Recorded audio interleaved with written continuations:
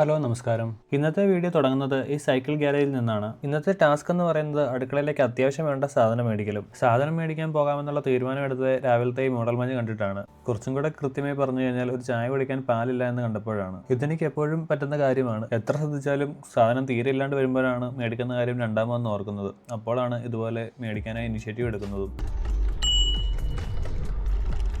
റൂമിൻ്റെ തൊട്ടടുത്തുള്ള super market ലിഡിലാണ്. പക്ഷേ ഞാൻ ഇപ്പോൾ പോകുന്നത് കുറച്ച് ദൂരെയുള്ള എടേക്ക എന്ന് പറയുന്ന സൂപ്പർ മാർക്കറ്റിലോട്ടാണ്. പാല് മാത്രമല്ല, അരി മേടിക്കണമെന്ന് ഉദ്ദേശമുണ്ട്. നാട്ടിൽ നിന്ന് വന്ന ടൈം ഏറ്റവും വലിയൊരു കൺസേൺ ആയിരുന്നു നമ്മൾ നാട്ടിൽ ഉപയോഗിക്കുന്ന അരി ഇവിടെ കിട്ടുമോ എന്നത്. അതുകൊണ്ട് തന്നെ കൊണ്ടുവരാൻ പറ്റുന്നതിൻ്റെ മാക്സിമം അരിയുമായാണ് നാട്ടിൽ നിന്ന് എത്തിയത്. പക്ഷേ ഇവിടെ വന്നതിന് ശേഷം മനസ്സിലായി നമ്മൾ നാട്ടിൽ ഉപയോഗിക്കുന്ന രീതിയിലുള്ള ബ്രൗൺ അരി ഇവിടെയും ലഭ്യമാണ് എന്ന്. പൊതുവെ മെജോറിറ്റി ഓഫ് സ്റ്റുഡൻസ് ഉപയോഗിക്കുന്നത് പാർബോയിൽഡ് റൈസ് ആണ്. ഈ പാർബോയിൽഡ് റൈസ് എല്ലാ സൂപ്പർ മാർക്കറ്റിലും തന്നെ ലഭ്യവുമാണ്. കൗഫ്രാൻഡ്, ആൽഡി, ലിഡിൽ എന്നിവയിൽ നിന്നാണ് ഇത്രയും നാളും മേടിച്ച് ഉപയോഗിച്ച് വന്നിരുന്നത്. എന്നാൽ റീസെന്റ് എടയ്ക്കയിൽ നിന്ന് ലഭിക്കുന്ന പാർബോയിൽഡ് റൈസ് ആണ് ബെറ്റർ എന്ന് അറിയാൻ സാധിച്ചു. പിന്നെ തൊട്ട് എടയ്ക്കയിൽ നിന്നാണ് അരി മേടിക്കുന്നത്. അതാണ് ഇപ്പോൾ എടയ്ക്കയിലേക്ക് പോകാനുള്ള കാരണവും.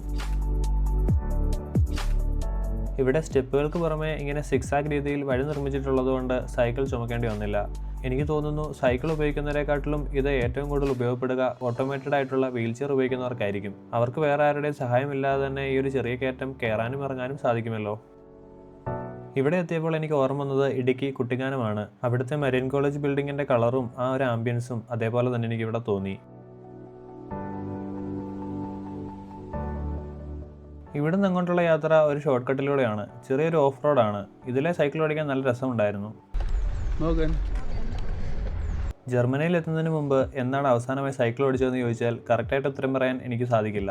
ഏകദേശം 7, 8, 9 ക്ലാസ്സുകളിൽ പഠിച്ച സമയത്താണ് അവസാനമായി സൈക്കിൾ ഓടിച്ചതെന്ന് എനിക്ക് തോന്നുന്നു. പക്ഷേ ഇവിടെ എത്തിയതിനു ശേഷം 2ാം മാസം തന്നെ ഒരു സൈക്കിൾ മേടിച്ചിരുന്നു.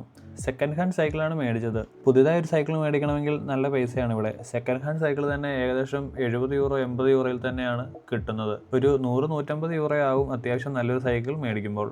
ഒരു സൈക്കിൾ ഉള്ളത് വലിയൊരു ആശ്വാസമാണ് ഇവിടെ.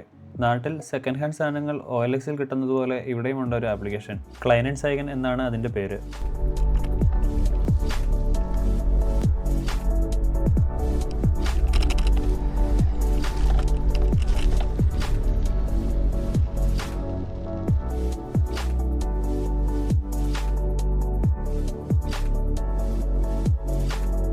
അങ്ങനെ ഏകദേശം 10 മിനിറ്റ് എടുത്ത സൈക്കിൾ യാത്രയ്ക്ക് ശേഷം എടയ്ക്കയുടെ ഫ്രണ്ടിലെത്തി. എടയ്ക്കയോട് അടുത്ത് തന്നെ DM-ഉം ഉണ്ട്. തൊട്ടപ്പുറത്തായിട്ട് ആൽഡിയും ഉണ്ട്. ഇവിടെ കസ്റ്റമേഴ്സിന് അവരവരുടെ സൈക്കിള് പാർക്ക് ചെയ്ത് ലോക്ക് ചെയ്ത് വെക്കാനുള്ള സൗകര്യം ഒരുക്കിയിട്ടുണ്ട്. ഞാൻ എപ്പോഴും സൈക്കിളിൽ ഒരു ലോക്കും കൂടെ കരുതാറുണ്ട്. എവിടെയെങ്കിലും സൈക്കിൾ വെച്ചിട്ട് പോകേണ്ടി വന്നു കഴിഞ്ഞാൽ ലോക്ക് ചെയ്തിട്ട് പോകാമല്ലോ.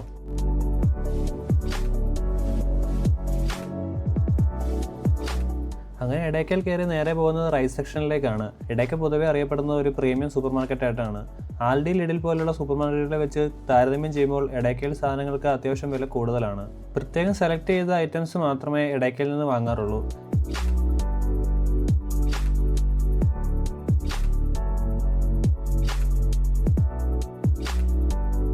അരിയും മേടിച്ച് ഇടയ്ക്കൽ നിന്ന് ഇറങ്ങി നേരെ നടക്കുന്നത് ആൽഡിയിലേക്കാണ്.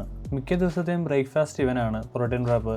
അത് 2 പാക്കറ്റ് എടുത്തു. പ്രോട്ടീൻ റാപ്പിൻ്റെ കൂടെ എനിക്ക് ഏറ്റവും ഇഷ്ടം ട്യൂണയാണ്. പിന്നെ ഒരു പാക്കറ്റ് തക്കാളിയും ഒരു പാക്കറ്റ് പാലും എടുത്ത് അവിടെ നിന്ന് ഇറങ്ങി.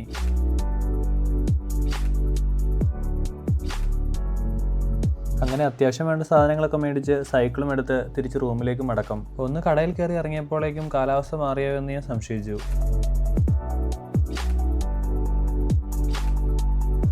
ഇവിടെ നിന്ന് മുമ്പോട്ടുള്ള സൈക്കിൾ യാത്ര ഞാൻ ശരിക്കും ആസ്വദിച്ചിരുന്നു. അതുകൊണ്ട് തന്നെ അത് കട്ട് ചെയ്യാതെ മറ്റൊരു വീഡിയോയിൽ അപ്ലോഡ് ചെയ്യാമെന്ന് വിചാരിച്ചു. ഇന്നത്തെ ടാസ്ക് കംപ്ലീറ്റ് ആയ സ്ഥിതിക്ക് ഈ വീഡിയോ ഇവിടെ അവസാനിപ്പിക്കാം. ഇനിയൊരു വീഡിയോയിൽ കാണുന്നത് വരെ ചൂസ്.